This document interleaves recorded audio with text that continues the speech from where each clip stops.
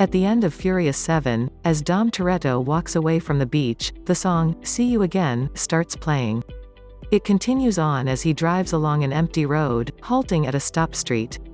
He then hears a car pulling up beside him and looks up to see Brian O'Connor grinning at him. A montage of Brian's F&F scenes fills the screen. As the two men pull away from the stop street, they drive alongside one another until each eventually go their own way, while the song continues to play. As the scene fades and the screen turns white, the words, "For Paul," appears. When this scene played in movie theaters for the first time, audiences were in tears as they took in the lyrics of the song and bid Paul Walker a final goodbye. The song by Wiz Khalifa and Charlie Puth is one in a long line of songs and covers Underlined by Tragedy and Pain.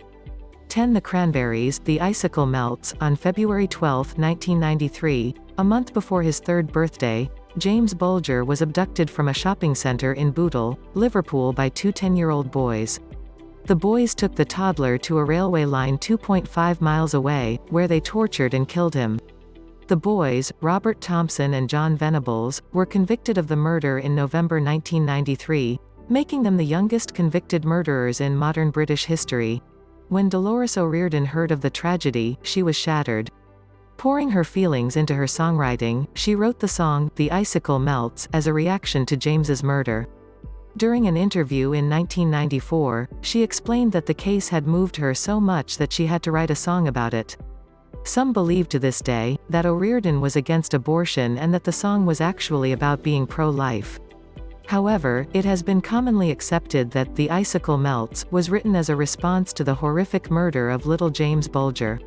9 Kesha, Praying. In 2011, the DOS case against Kesha revealed that the singer had alerted several people in her life in 2005 that Dr. Luke, former producer and head of Kemosabe Records, had engaged in unethical and unlawful actions against her. These actions included allegedly raping her in his hotel room in 2005 after giving her a date rape drug. The battle between Kesha and Luke continued for several years, with Kesha claiming that Luke forced her to release "Die Young" after receiving major backlash for the song's lyrics. In 2014, Kesha filed a lawsuit against Luke claiming he sexually assaulted and hit her and that the aftermath of the traumatic event saw her suffering from depression, anxiety and post-traumatic stress. Luke responded by filing a countersuit against Kesha, her mother and manager Jack Rovner for defamation. Lady Gaga was dragged into the mess when she told a radio presenter during an interview that she'd been sexually assaulted by an unnamed music producer at the age of 19. Gaga, however, never confirmed that she was referring to Dr. Luke.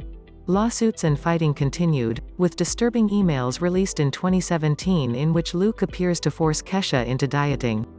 Luke exited as CEO of Kemosabe Records that year. After his departure, Kesha released her first solo song since the lawsuit titled, "Praying." And even though the fighting between Kesha and Dr. Luke still continues in 2021, this song is the one bright light throughout all of the darkness. Kesha said that the song was about hoping that anyone, including abusers, can heal. 8 George Strait, I Believe. On December 14, 2012, 20-year-old Adam Lanza shot and killed his mother and then set off for the Sandy Hook Elementary School in Newtown where he massacred 20 first graders and 6 teachers before turning the gun on himself. A motive was never established, but it was claimed that Lanza had extensive mental health issues that prevented him from interacting in a normal way with other people. In 2013, country music singer George Strait, who lost his own daughter in a car accident in 1986, paid tribute to the victims of Sandy Hook by writing a beautiful song called, I Believe. He was hesitant at first, not wanting to offend the victims' families by using the tragedy as inspiration for the song, but his wife eventually convinced him to do it.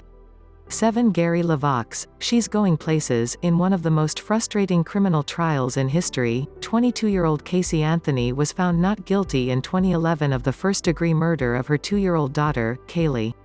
While her daughter was missing, Casey displayed almost no emotion and continued to party around town. When Kaylee's body was finally discovered and the investigation turned into a search for a murder suspect, all evidence seemed to point to Casey. Still, when the time came for a jury to convict her, there just wasn't enough of said evidence to conclusively determine that she was guilty. Had things gone the other way and she'd been found guilty, prosecutors would have pursued the death penalty as punishment.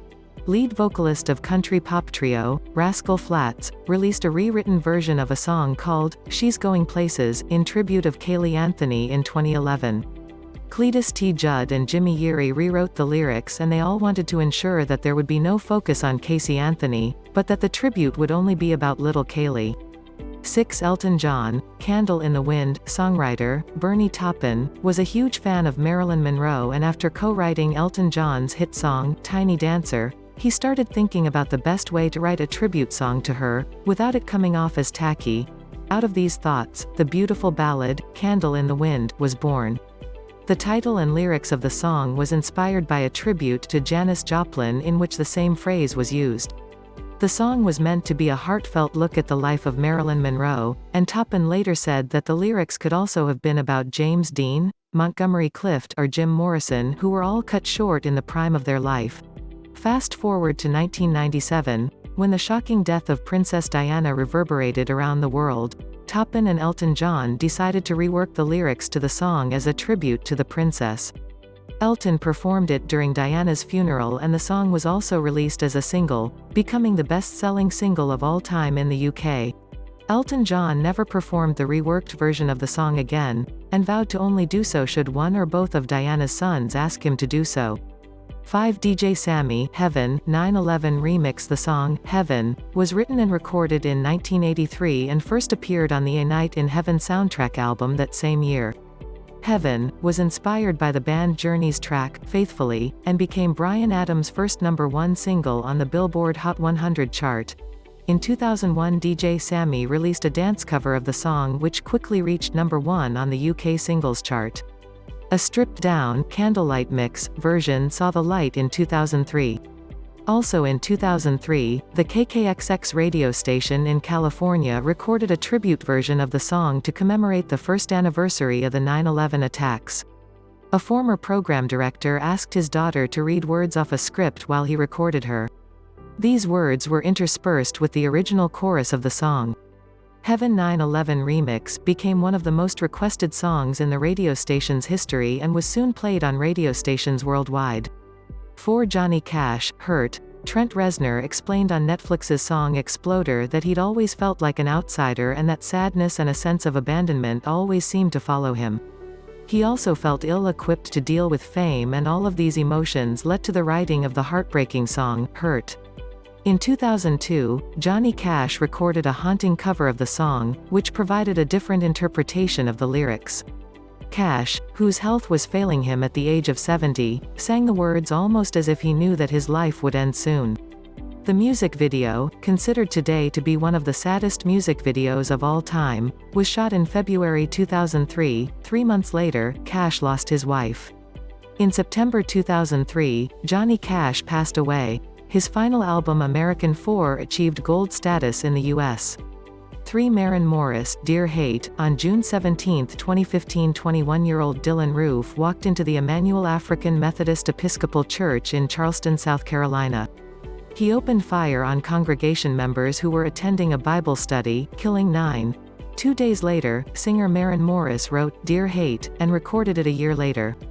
She hadn't released it, however, because she felt that it wasn't the right time. On October 1, 2017, 64-year-old Stephen Paddock opened fire upon a crowd of festival goers attending the Route 91 Harvest Music Festival in Las Vegas, killing 60 people. When Morris heard the news, she was devastated and posted the song online in tribute of the victims, saying that she realized that day there would never be a right time. She went on to write a lengthy Instagram post which included the following: "Hate is everywhere, and I'm sick of not doing enough. In the darkest tunnel, there is still love and music. That's what it's here for. Here is Dear Hate. Any cent I see from this I'm donating to the Music City Cares Fund." 2. Led Zeppelin, All My Love. Led Zeppelin were, and still are, one of the most popular rock bands in the world. The band gave the world unforgettable songs such as Immigrant Song, Whole Lotta Love, and Stairway to Heaven. Frontman, Robert Plant, suffered a great tragedy in 1977, when he lost his 5-year-old son Karak due to illness. His wife had called him during the band's American tour and told him that she was very worried about Karak because he'd suddenly become sick. It was a mere 2 hours later when Plant received another phone call, informing him that his son had died. In his grief, Plant was ready to give up his career, but he eventually pushed through, working with his band members on Led Zeppelin's final album, In Through the Outdoor. One of the most memorable songs on that album was the tribute song to Plant's son titled, All My Love. The song was recorded in one session, because Plant couldn't bear to sing the emotional words over and over. One Oslo resident's, Children of the Rainbow, Pete Seeger released the American folk and children's song, My Rainbow Race, on his Rainbow Race album in 1973. The song was translated into Norwegian as Barn Avenue Regnbuen, which means Children of the Rainbow, and it became the 6th highest-selling single in Norway in 1973. On July 22, 2011, Anders Behring Breivik killed 77 people by detonating a van bomb in Oslo and then opening fire on the participants of a summer camp on the island of Utøya. Breivik, who identifies as a fascist and a Nazi, claimed during his trial that Children of the Rainbow was an example of Marxist propaganda and that it was brainwashing Norwegian children. Norwegian singer-songwriter, Lilla Bjorn Nilsson, who had translated the old American folk song, stood up in defiance of these remarks and arranged a mass performance of the song during Breivik's trial. More than 40,000 people in Oslo alone stood together to sing the song, and more people joined in from squares across the country.